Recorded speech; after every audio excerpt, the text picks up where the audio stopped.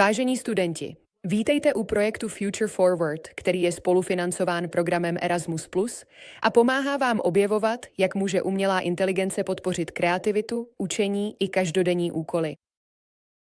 Dnes se ponoříme do jednoho z nejzajímavějších využití – tvorby fotografií a krátkých videí pomocí AI.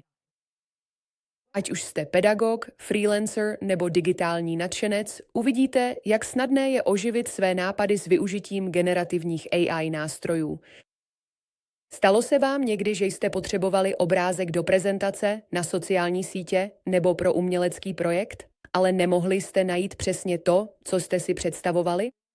Generátory obrázků a videí s využitím AI vám mohou pomoci rychle vytvořit vizuální obsah, i když nejste designéři. Dospělí i pedagogové je mohou využít k ilustrování výuky, navrhování plakátů, vizualizaci projektových nápadů nebo propagaci komunitních akcí. Umět správně zadávat AI pokyny, kterým se říká prompty, je dnes cennou digitální dovedností pro komunikaci, kreativitu i produktivitu.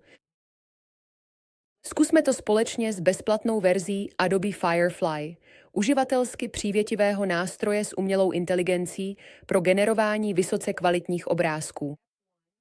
Krok 1. Přejděte na firefly.adobe.com a přihlaste se pomocí bezplatného účtu Adobe. Registrace trvá jen minutu. Krok 2. Z nabídky vyberte funkci s názvem Text na obrázek. Tady se děje ta magie. Krok 3. V textovém poli přesně popište, co chcete vidět. Tento popis se nazývá vaše výzva. Čím podrobnější bude, tím lépe Firefly pochopí váš nápad.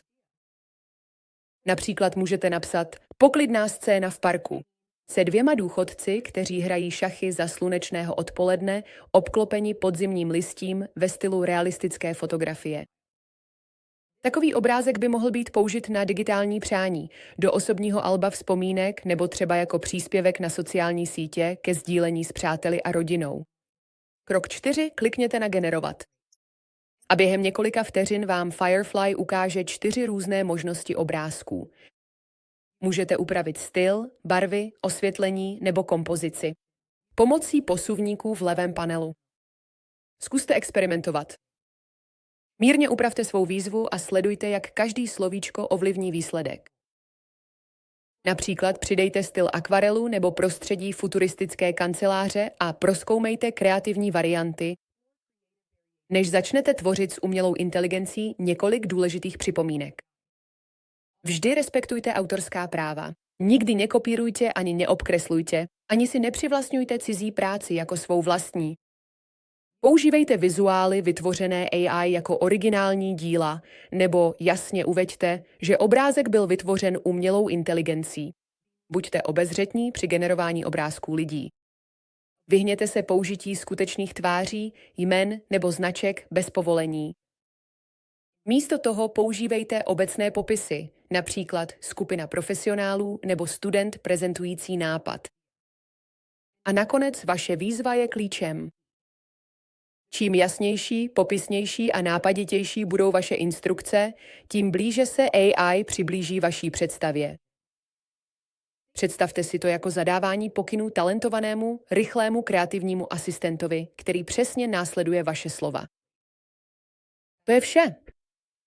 Právě jste se naučili, jak vám AI může pomoci vytvářet fotografie a videa pomocí nástrojů jako Adobe Firefly.